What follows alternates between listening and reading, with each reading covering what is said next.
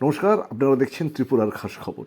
গৃহবন্দী জম্মু ও কাশ্মীরের পিডিপি প্রধান মেহবুবা মুফতি উপত্যকায় ৩৭০ ধারা প্রয়োগের পঞ্চম বার্ষিকীতে অশান্তির আশঙ্কায় জম্মু ও কাশ্মীরকে নিরাপত্তার চাদরে মুড়ে ফেলা হয়েছে। একই সঙ্গে আইন শৃঙ্খলা পরিস্থিতিকে স্বাভাবিক রাখতে সোমবার গৃহবন্দী করা হয়েছে পিডিপি প্রধান মেহবুবা মুফতিকে। পরের খবর, হড়পা বান ও ভূমিধসে হিমাচলে মৃত বেড়ে 14, নিখোঁজ অন্তত 40। সপ্তাহের শুরুতেই শেয়ার বাজারে ধস, 2000 পয়েন্টেরও বেশি পড়ল সেন্সেক্স। বাড়ির দেওয়ালে পাকিস্তানের জয়গান, পাক প্রেমী যুবককে আটক দিল্লি পুলিশের। দিল্লির কোচিং সেন্টার যেন মৃত্যুর চেম্বার। এর আগে 3 জনের মৃত্যু হয়েছে। তারা আইএএস ট্রেনিং নিতে এসেছিল, পরীক্ষার প্রস্তুতি নিতে এসেছিল এবং পড়ুয়া মৃত্যুতে কেন্দ্রকে এবার সুপ্রিম কোর্টের নোটিশ।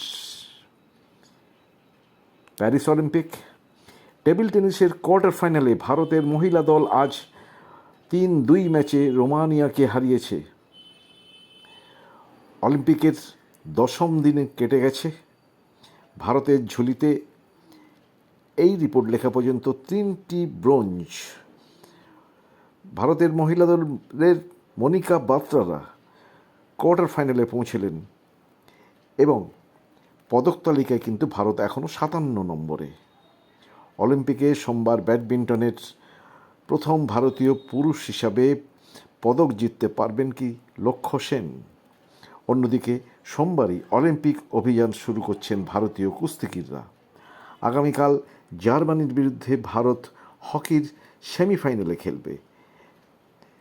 এছাড়া সবথেকে বড় কথা হচ্ছে নীরজ চোপড়া, গতবারের জ্যাভলিনের সোনাজয়ী অলিম্পিয়ান, আগামীকাল নামছেন।